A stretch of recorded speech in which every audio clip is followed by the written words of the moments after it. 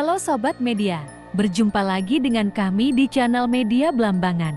Dan kali ini Media Blambangan menyajikan tayangan sebuah sejarah dan asal-usul makam Mbah Dowo Alas Purwo. Tapi sebelum kami lanjutkan, dukung terus channel kami Media Blambangan dengan like dan subscribe.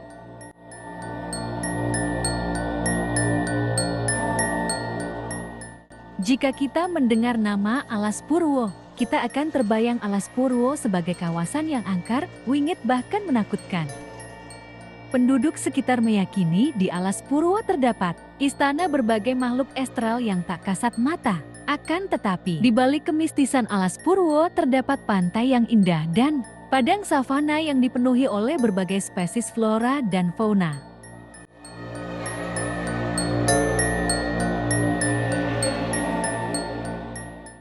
Selain itu, di dalam Alas Purwo terdapat situs peninggalan sejarah di era kerajaan Majapahit dan Blambangan. Antara lain ada Pura Situs Kawitan, Pura Agung Giri Salaka, dan yang paling terkenal adalah Goa Istana.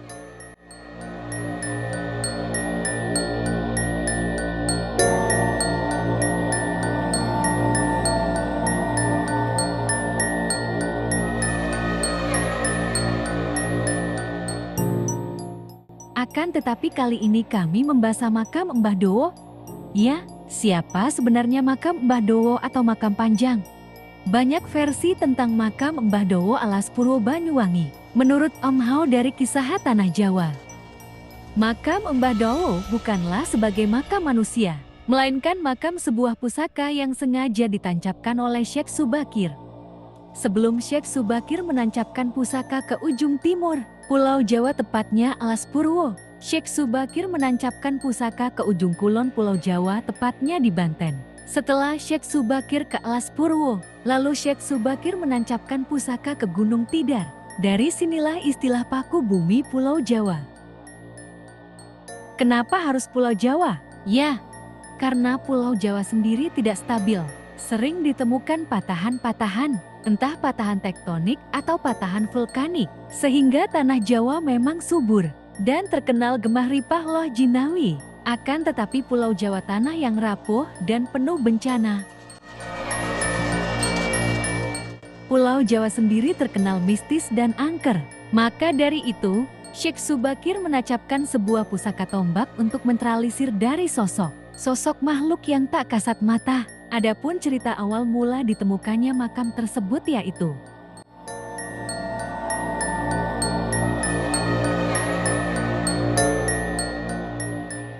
di era tahun 1860-an, segerombolan anak-anak sedang menggembala domba di tengah belantara, menemukan gundukan tanah. Akan tetapi tanah tersebut berbatu nisan yang tanpa nama. Sedangkan segerombolan anak-anak tersebut memberitahu kepada orangnya masing-masing. Dari situlah masyarakat sekitar merasa penasaran dan akhirnya sebagian masyarakat menemui seorang pintar yang terkenal kehebatannya. Tak selang waktu ingin mengetahui siapa sebenarnya yang dimakamkan. Lalu melakukan ritual di dekat makam.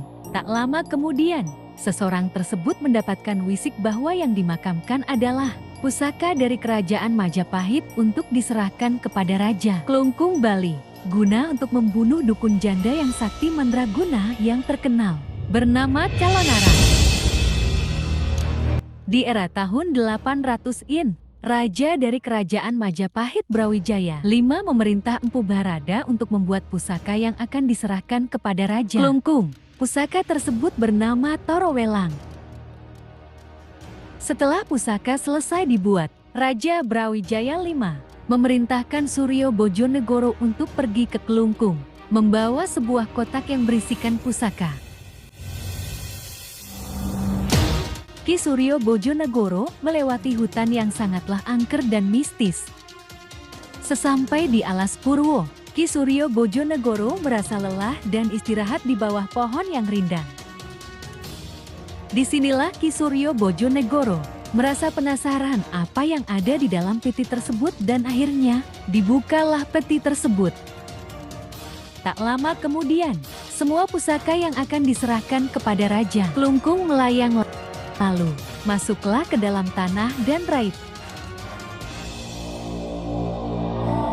Ki Suryo Bojonegoro merasa takut, bingung dan merasa bersalah. Ingin melanjutkan perjalanan tapi takut dan ingin pulang ke kerajaan. Majapahit pun juga takut. Akan tetapi, di Alas Purwo inilah Ki Suryo Bojonegoro melakukan tirakat ingin menebus kesalahan yang ia perbuat. Tirakat atau juga dikenal dengan tapa hingga menghilangkan diri atau biasa dikenal dengan muksa.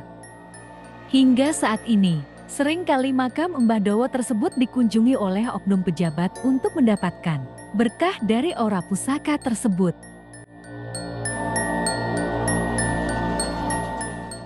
Gimana menurut Sobat Media? Itulah sekilas cerita. Siapa sebenarnya makam Mbah Dowo tersebut? Jangan lupa tulis ya di kolom komentar. Dan dukung terus channel kami Media Blambangan. Saya Eka pamit undur diri. Terima kasih dan Assalamualaikum warahmatullahi wabarakatuh.